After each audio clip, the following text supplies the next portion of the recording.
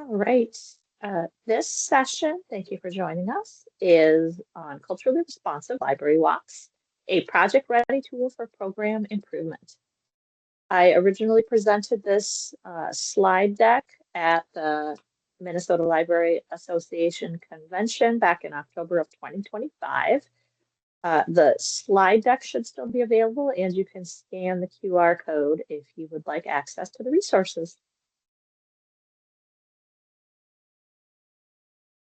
My name is Mandy Bellum.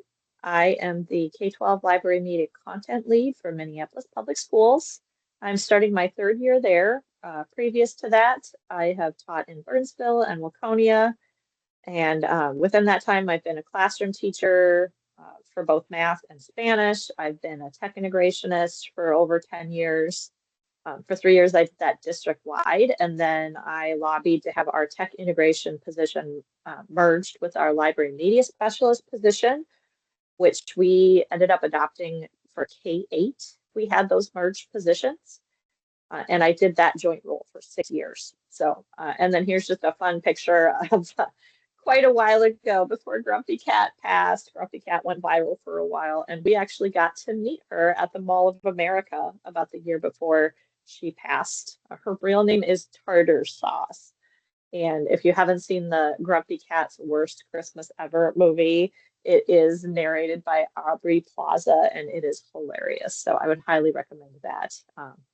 And as you can see, I love cats. If you are interested in getting in touch with me, here is my school email. I am also on both LinkedIn and Blue Sky, so feel free to connect with me on either of those platforms if you would like to share ideas and resources.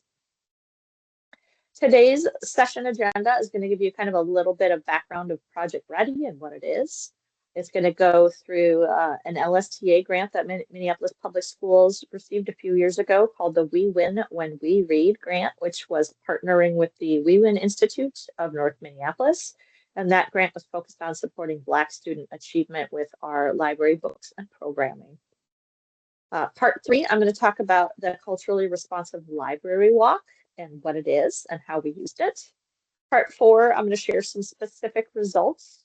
And then Part 5, I'm going to talk about how we used the results from those library walks to apply for another grant, which we got the following year called MPS Reads, that was focused on supporting our multilingual learners and our Latino, Latine, both Spanish-speaking and non-Spanish-speaking students. And then next steps, moving forward into an age of uncertainty, book bans, and budget cuts. Where do we go from here? So if you attended MLA 2 years ago, you know that Michael Treats was our keynote speaker. I was really excited that I got to sit at a lunch table with him and hear even more from him. He's a really cool guy. So congratulations to him. He's now hosting the Reading Rainbow show, which has gone live, and several episodes have been released. But I wanted to share a quote of his that kind of encompasses this session and what it means to be culturally responsive. His quote says, "I do believe that every school librarian, public librarian, academic librarian, all the library workers, they're all agents of change working to make the world a better place." So go check him out on Reading Rainbow. He posts frequently on social media. He's been active on both LinkedIn and I think he's on Instagram as well. Reiterating what he said, I want to reiterate to you that you matter. The work you do does matter, and you are fighting the good fight, trying to make sure that all of our library patrons are able to get what they need when they need it. So to start off, we're going to talk about Project Ready, which if you have my slide deck open, should be clickable. Otherwise, you can either Google Project Ready or go right to this website. This is a curriculum that is online and asynchronous. I went through this as a cohort model with the other teacher librarians when I was still in Waconia schools and with other public and school librarians from all over the state of Minnesota. We had the time during the pandemic where we were all remote to do this online PLN, like a professional learning network, where we would meet for 2 hours every other week and really dig into these modules. And it's all available for free online. There's videos for every session of other people going through it. So whether you want to do this as a staff, as a PLC, as a PLN, or just you individually, the Project Ready curriculum is online and ready for you to use. So the purpose of Project Ready is to address the gap existing in professional development opportunities for youth services library staff. There are 29 modules across 3 sections that aim to do the following. First off, introduce your staff to the current research in areas such as race, racism, critical theory, culturally responsive, and culturally sustaining pedagogy. Also, to establish shared understandings of foundational concepts and issues related to race, racism, and racial equity, and to encourage your participants to self-reflect on their own race and identity, both for white participants and BIPOC, which is Black, Indigenous, and people of color, for all of your library staff, both in public and school libraries. Next, we want to amplify the work of people that are experts in this field and scholars who are trying to help librarians be more inclusive and to provide more culturally responsive services to our patrons of color and Indigenous youth. And finally, to promote concrete, ready-to-use strategies to create and improve library programs and services that meet not only the needs of our white mainstream patrons, but also that meet the needs of our Black youth, our Indigenous youth, and other children and teens of color. And I'm not going to go through this whole intro video, but you are welcome to watch it if you are clicking on the slides. So from my perspective, this being part of this cohort was transformational, really got me thinking deeply about who I am as a librarian, who I am as an educator, who I am as a white woman in my old district, which is predominantly white, and in my new district, which has a much higher representation of different diverse races and cultures and languages. So some of the reflections that our team kind of came back with is that our school library collections in general are predominantly white and represent dominant experiences. And a lot of this is based on the history of the American publishing industry, which has like 80% of the material that was out there was by white authors, featured white characters, male characters, or animals. And the amount of content that was published by authors of color about characters and narratives about marginalized or underrepresented populations was much, much smaller, like in the teens to single digits. I think Indigenous perspectives were like 3 or 4% tops. So as a society, as librarians, how do we actively work to build collections that provide perspective of mirrors, windows, and doors for all of our students, all of our patrons? So kind of the purpose for Project Ready and our top takeaways as participants were we need to audit our programming and be brutally honest with ourselves. Are we meeting the needs of all of our patrons? Are we creating welcoming spaces? Are staff behaving in ways that promote inclusiveness and make people feel like they belong? Or are we creating more harm with policies that come from certain perspectives or make certain assumptions that may harm our patrons? And then what kinds of resources are we sharing with our patrons? Are they culturally sustaining? Are they not causing harm? So it's a lot to think about. It is not something that you solve in a day. You need to come up with a 3 to 5 year plan, and you need to make daily actions and decisions to address these needs, depending on what your population is and what they need, which you often have to talk to them about to find out. So that's kind of the takeaway of today's session. So how do we get started on this journey? I joined Minneapolis Schools in this 2003-2004 school year, and they were already working on this. But I came in raring to go, and we wrote this grant right away. And I had a community partner that was like ready to go, like, let's do this work. So like we got this grant written in 2 weeks, got it approved, and like immediately started the work. And a lot of our library team members were like, yeah, this is great. You're spearheading this. We've been working on this for years. So it was never like, oh, we're just going to start this now. It was like, we've always been working on this. We're just going to focus it a little more now. So our needs assessment, if you're on the slides deck, this is clickable. It'll take you to this document that is public, like how did we get our grant? What did we apply for? Who was our audience? And it keeps going with some charts and graphs and what we want to do. And you'll be able to see like why we got it. We were very specific with what we wanted to do and how we would be more culturally responsive. So we focused on the achievement gap. This grant was written with the We Win Institute, which is focused on Black achievement, especially in North Minneapolis. So we were focusing particularly on Black students in this grant. And we created these culturally responsive library spaces and programming library walk activities to help us gather information. And then we wanted to focus on representation. How are we increasing representation of Black authors and Black characters and Black narratives in our libraries and classroom collections that either had been outdated or weren't included, or we just needed more. So step 3, we wanted to have as many sites as possible do these culturally responsive library walks. We completed at about 75% of sites. Minneapolis Schools currently has 68 sites. I think we hit somewhere between 50 and 55 libraries were able to do a library walk.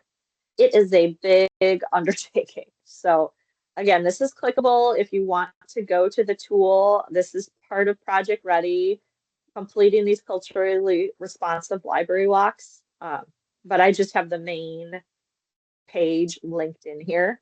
So what we're doing with this library walk that each of the school librarians did, some of them had a team of 2 or 3, some of them had huge teams. We had one librarian that is at Montessori school that wanted to involve, I think he did 3 different library walks so that all of the students and parents and staff members that wanted to participate could, and he got a ton of feedback. So think about who's going to be on your team.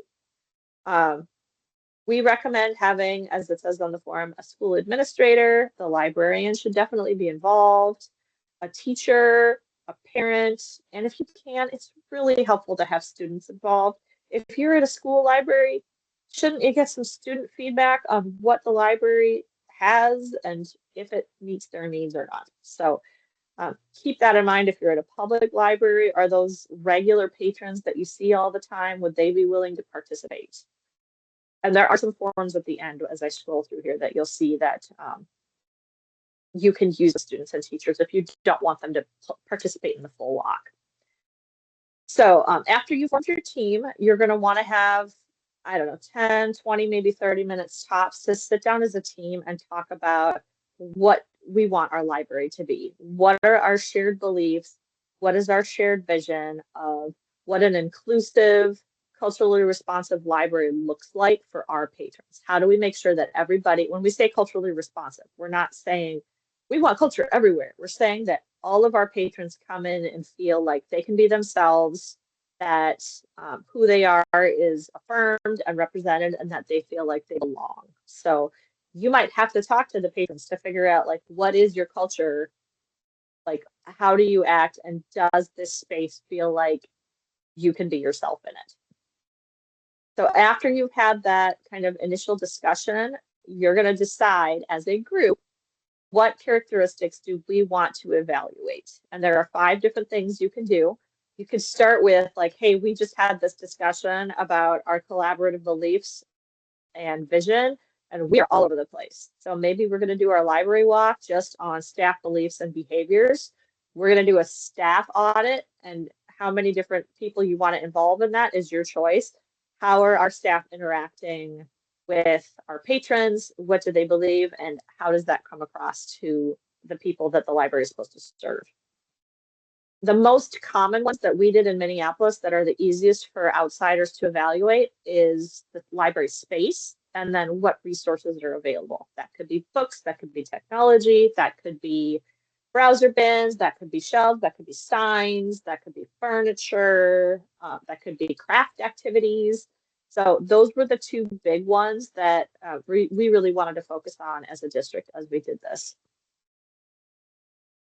And then the other two options, whether you're a public library or a school library, you can choose to evaluate the library programming and then the library instruction, like what services are we providing to our patrons, whether they're students, public, elderly, homeschool groups, are we meeting the needs of our patrons?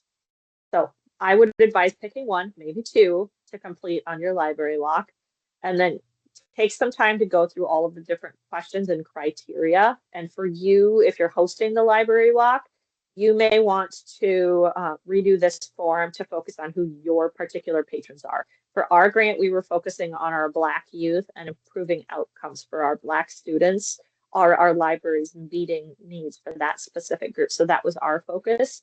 You may choose to retype this form to look for things that meet other subgroups that maybe aren't necessarily engaging with your space yet.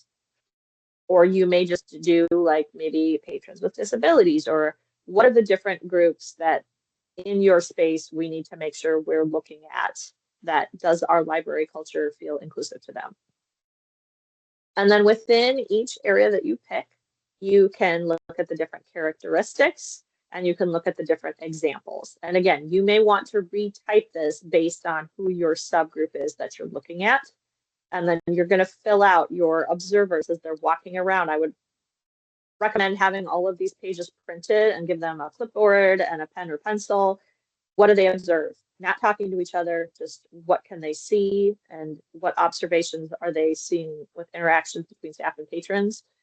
You can tell them, like, if they think of ideas, like, how could this be improved, fill it out, but they do not have to put anything in the action steps right now if you just want them to observe what they physically see and hear with their five senses. So that's the first one, is the library beliefs and patron interactions. The second one that was very common was to do an evaluation of the library space. So is this a welcoming space that reflects the individuals and their cultures and allows whatever group of students you're focusing on to express their learning and individuality? And again, if you're a public library, your objective may be slightly different. So you may want to retype this form. What are those characteristics that you agreed on that you're all looking to observe? And then tweak the examples. Like, do you need to take some out? Do you need to add some in? So that when your observers are looking, they are looking for the same things. And then what can we do about those? Keeps going. ADA compliant is a really good one. We have way too much furniture in some of our libraries. Can you walk around with that, 3 foot or a meter stick and not bump into anything? Can a wheelchair get through this? Are the signs the right height? Are there Braille accessible signs, etc.? Are there multilingual signs? And then library resources was another one that may or may not be easy for outside observers to evaluate. Are they seeing resources that you're purchasing, or furniture, or things that help nurture the resolve of your target group to help them reconcile their different identities and imagine their place in the world, and just in general feel like they can get what they need for what they came there to do?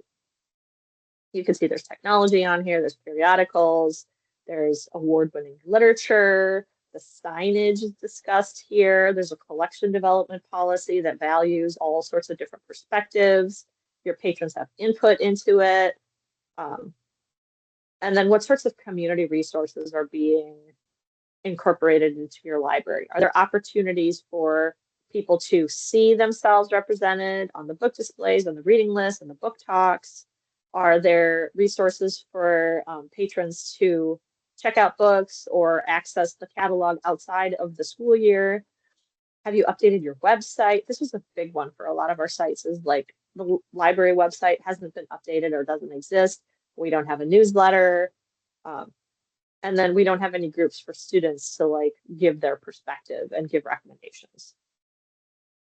You can also, if you have time, this is really difficult, evaluate the programming. Are you connecting to real world students and allowing them to act and take action in their communities and to feel a part of that community? Lots of criteria. If you are a teacher librarian, are you using an inquiry model that is student-centered, where students are able to construct their own knowledge and ask questions that engages the voices of your different marginalized populations? And again, lots of characteristics, lots of examples. It's way too much for the average observer who isn't in classrooms on a regular basis. So you are probably going to want to tweak that to tailor to your audience. And then at the end of the document, there is a long-term planning paper that I would highly recommend doing on a different date. Like, give people time to finish compiling their notes, to think, process, come back on a different date. Or if you're going to do this on the same day, plan an extra hour to go through the long-term planning and talk about what are the things we saw that we are either concerned about or inspired by or are doing and want to do better or more. What are the outcomes we hope to see? And then how do we implement this? And then if you have teachers and students that are interested but just don't have the time to dedicate to, multiple hours to being part of the walk team, you could turn this into a Google form and get feedback from teachers.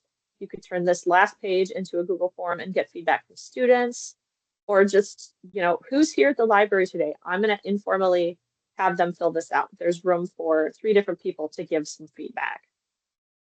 So that is the library walk. It's a very involved document and it does take a lot of time. So again, here are the 6 steps.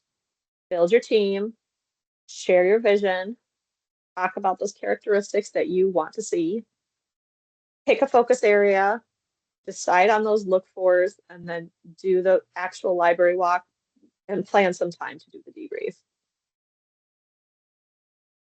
If you are watching this with a group and you want to take some time to turn and talk, or if you're doing this by yourself and you just want to pause and reflect and write some notes, think about, if you were to do this, what focus areas would you focus on to do a library walk in your space?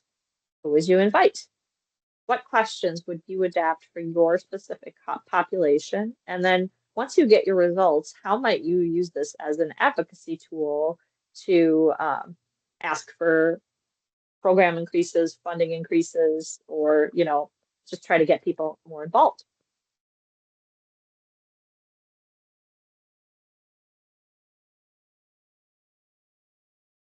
All right, moving on. Section 4, I'm going to talk to you about some of our Minneapolis schools library walk results. It took a lot of time to compile all of this across the 50 plus sites that did this, but some of the common threads that came out of our library walks here's some quotes from students. We want a student committee to take ownership in choosing the new art, paint, murals, and quotations. I think the next one was from a staff member. How do we continue to center diverse voices and get more student involvement in the library? This one, I think, was also from a staff member. We are considering adding student affinity groups and a process for students to provide book reviews. And then a student said, we would like to form a student advisory board to gather input on programs and book purchases. And then finally, this was specifically from a library staff. We would like to utilize student assistance more next year and be open more for book browsing. So my job as the content lead was to conglomerate all that data. And I guess we were at 44 total. I thought we were at higher than that. But some of these were like combined sites, like it's a K-8 site or a K-12 site. So I was able to conglomerate and aggregate this data to get scores of who participated. So you can see our participants. We had a total of 73 librarians, 41 administrators, 38 staff members, 28 students, and 4 community members who participated. And then you can see on the left side the different age levels of the groups. Obviously, we would have liked to have more middle school participation. And then the different sections that people analyzed on their walks, we scored. And I just put a 1 if this was a high priority area for that site, which allowed me to aggregate that data as well and develop some themes that we used in our summative report and then in our consequent grant. So under the collaborative beliefs, some top themes were that the libraries should be accessible to all patrons, that they should be inclusive of all cultures and backgrounds and languages and abilities and disabilities, that they should be staffed and open, that they should allow youth to drive the purchases and programming that are needed, and that we are developing a wide range of literacy skills.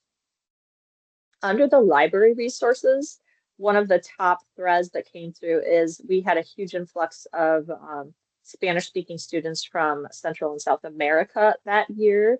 We need more Spanish language books. A lot of our Spanish books were outdated, falling apart, just not super interesting to kids. So that was a big takeaway. We need more Spanish language books. Another top takeaway was that our signs and our displays are lacking. We need more materials to make it easier for staff to make things visually appealing and easy for students to find. And that we need new art and posters. A lot of our posters were faded and outdated. And then students wanted fun bookmarks, not just a post-it. Like they want something that's inspiring that makes them, you know, feel good about having their book open and turning the page. And then representation was another big one. Minneapolis Schools is very diverse. Do we have diverse collections that represent those mirrors, windows, and doors for all of our readers? Within the library space itself, some of the top asks were more areas to display books, and that we wanted to continue genrifying our fiction collections to make it easier for students to independently find different themes and types of novels. A lot of our sites wanted more book browser bins and then just plastic bins to feature series, and that they would like the library to be more of a learning hub for the school. We had a couple people mention makerspace, but with our library program being fairly new, that every school has a librarian again, the idea of having those librarians also do like coding and have making activities, especially when we have a lot of STEAM schools already that like have specific STEM programming. Makerspace, while is a higher priority in a lot of school districts, is not really a priority for Minneapolis right now. And then finally, we talked a lot about, especially with administrators, the programming and instruction that we would like to improve, that we would want to make sure that our students of color, youth of color, are included and represented, and that they feel like they are part of the curriculum, and that we have support for students to do projects and research, that we are providing them digital literacy skills to evaluate sources and their own media use and its purpose. And then the biggest one in this area, are we getting kids excited and having those warm fuzzies that reading is fun and that they are, you know, learning and inspired and that they are valued. Finally, family support. We're trying to get families more involved. So how can librarians better involve parents and community members to support our students in reading? And then you can see on the far right, I typed as many of the like really high impact quotes as I could that we could include in our summative data. So that is the result of the Minneapolis walk. In specific, North High School, as you can see in this picture, was being housed out of a computer lab. They were in the middle of a construction project.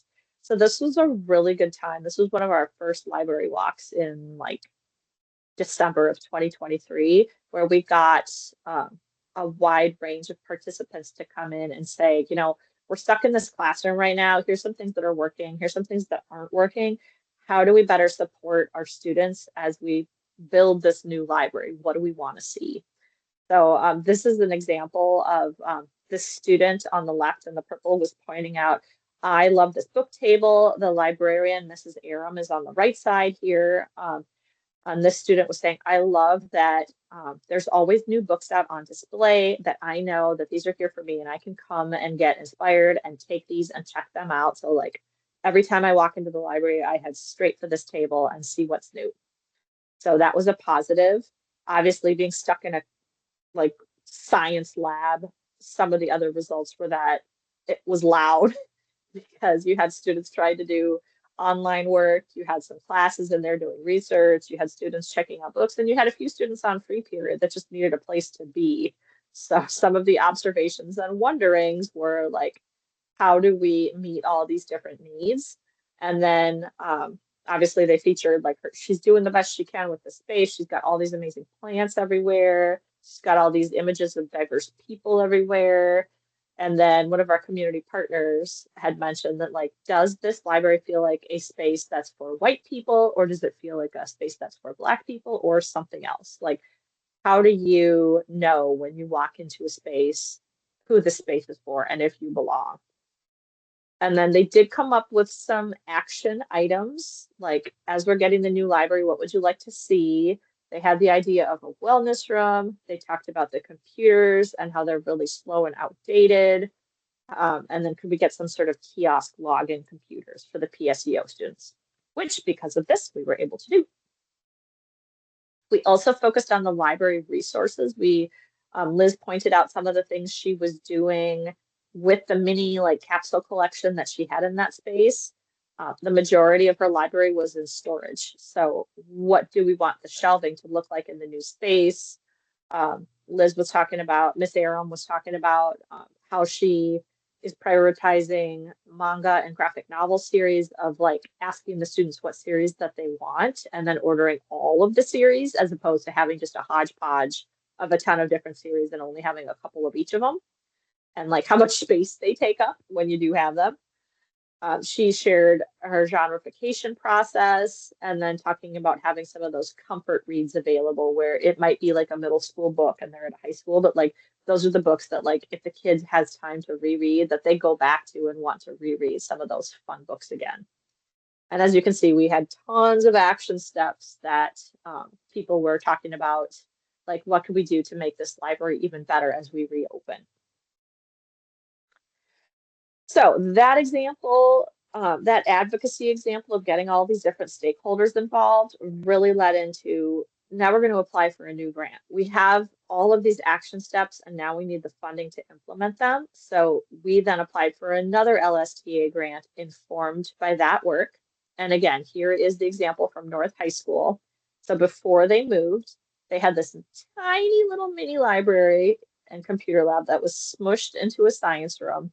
And we sat down as a group and came up with this gorgeous new, like, what's the library going to look like in the space that used to be the cafeteria, that as construction completed, we're going to completely revise this. So because of the feedback from the library walk, we were able to incorporate student input into the remodel, the layout of the furniture, and then our partner came up with these gorgeous renderings, which if you're in the slide deck, you can click and see.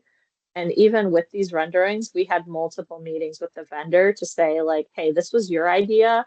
Here's some changes that we thought. Like, they had this, like, not even a U shape, almost a hook shaped desk. And Miss Aram said, I need to be able to get into and out of both sides. Please move this kiosk into the middle. And I think by now she's moved it over to the top of the library. They had a book display like right next to the door. She wanted that moved too. We moved the book drop to be in the front of the desk instead of the side. We had said that we want a cafe height part of the desks. The kids have like a check-in, check-out ticket system when they come and go from different spaces, that needed to be cafe height as opposed to like library and sitting height. And then we said we needed like a lobby area of furniture. So if a kid is just coming in and has a question, they have a place to sit and get help before coming completely into the library. And then we had asked for like having a rolling whiteboard so she could have like a place to write promotions. And then as we went through, if you haven't worked with iOS before, their renderings are gorgeous. They have the 2D flat renderings. They have the 3D renderings with color so you can see what everything's going to look like, which really helped us visualize the space. And again, here's all the notes that we typed on of like what we would want to see. And they pretty much delivered on everything. And then this is my favorite.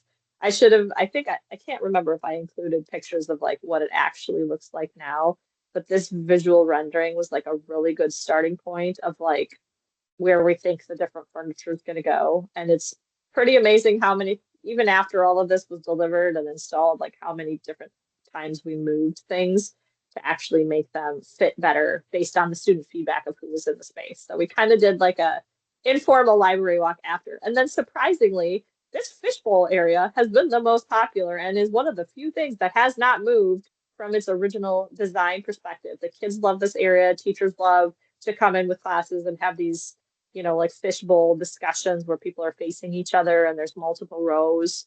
So that's been really cool to see since it opened last year, how it's being used now.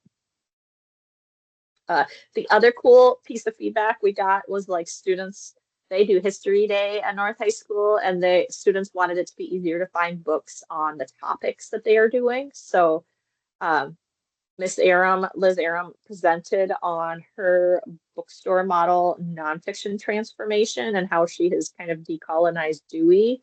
Again, I had presented this a couple years ago. Kelsey Bogan has presented on this, and we were all inspired of like, how can we make this work in a Minneapolis high school? And with the grand reopening, North High School was the perfect opportunity to kind of pilot this model. So she has her own session on like decolonizing Dewey. I've done a session. I know lots of you have attended, like, how do we fix Dewey? She has some concrete strategies that she's used, which you can see popular topics.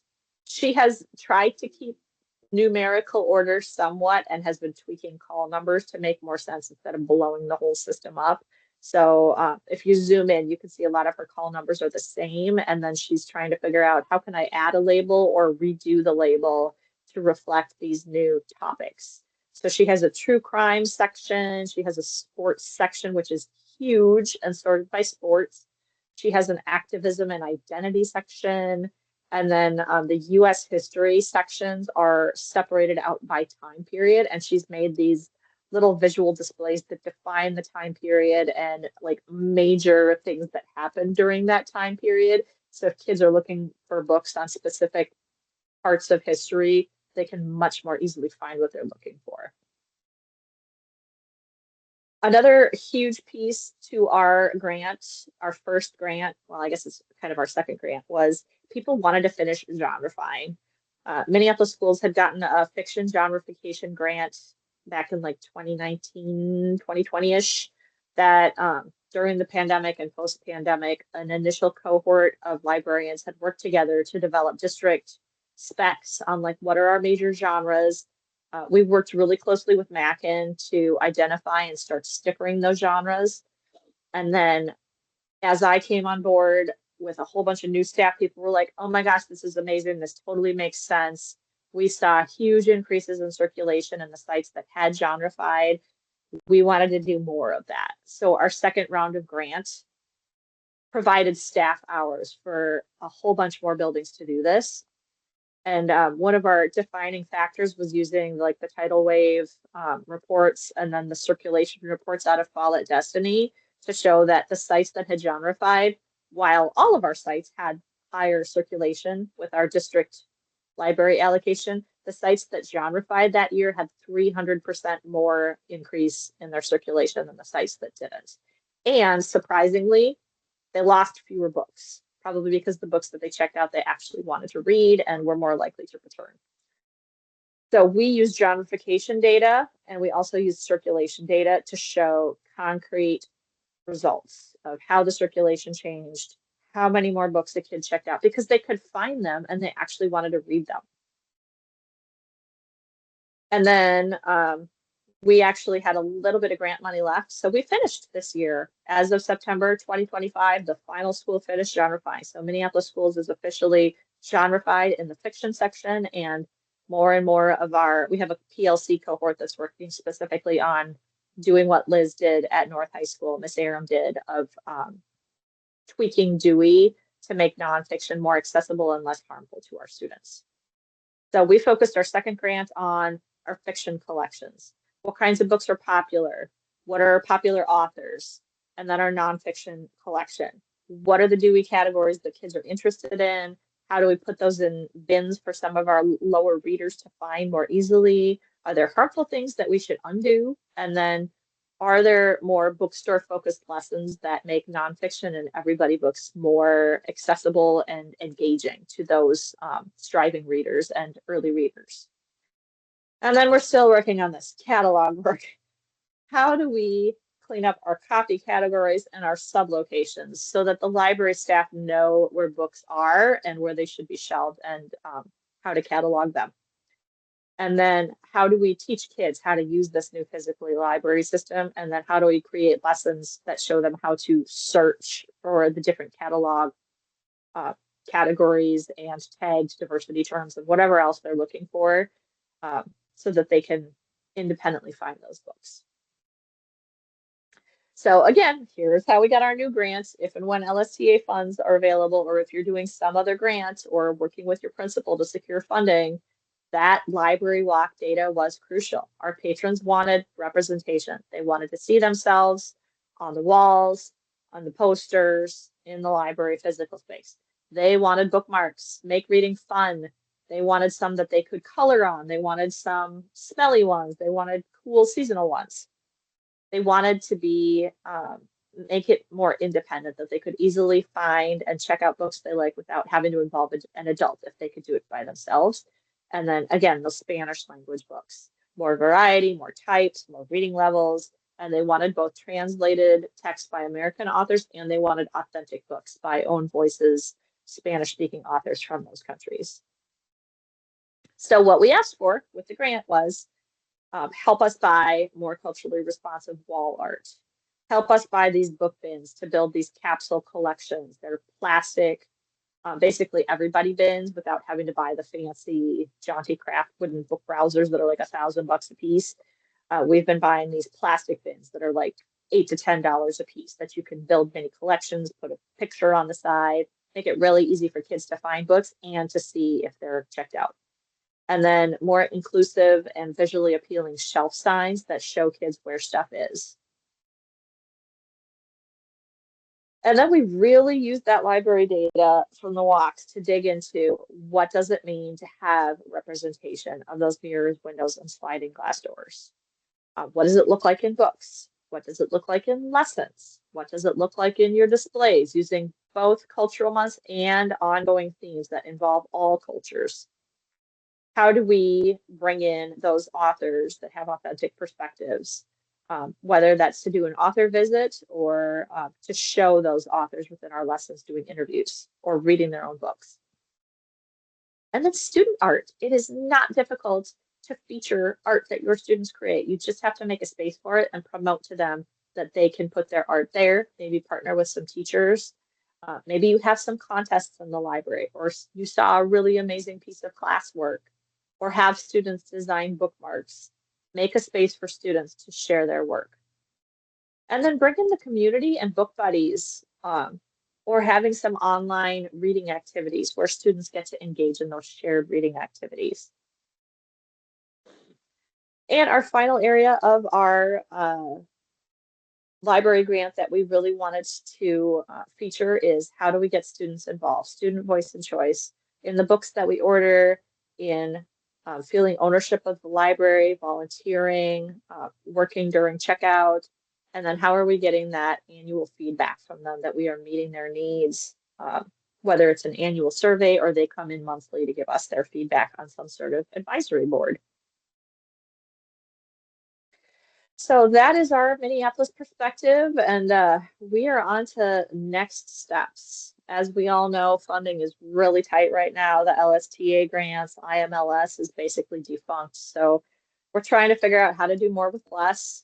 Now that we finished genre-fying fiction, how do we focus our nonfiction and our everybody books to be more inclusive so that those striving readers can find more engaging information that isn't necessarily a story, but helps them learn in like a shorter format.